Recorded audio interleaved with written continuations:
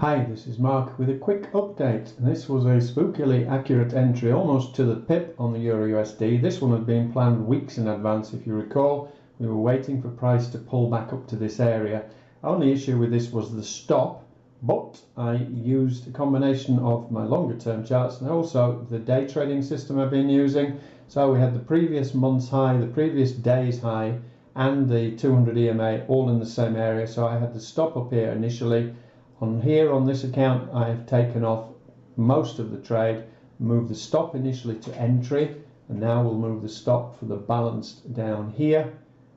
And what else have we had this week? Silver. I said a couple of weeks ago when silver was up around 25, I was hoping for a pullback, and I suggested that 23 was the area I would be buying silver, and also using this to buy more miners. I don't trade it because the stops are nasty with this. Equally gold, almost to the pip entry on gold. I said I would be a buyer of gold again at 20.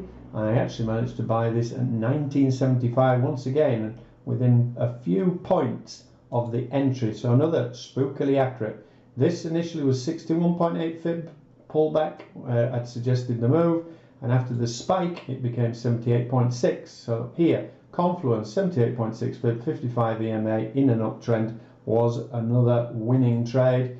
I just missed the USD CAD.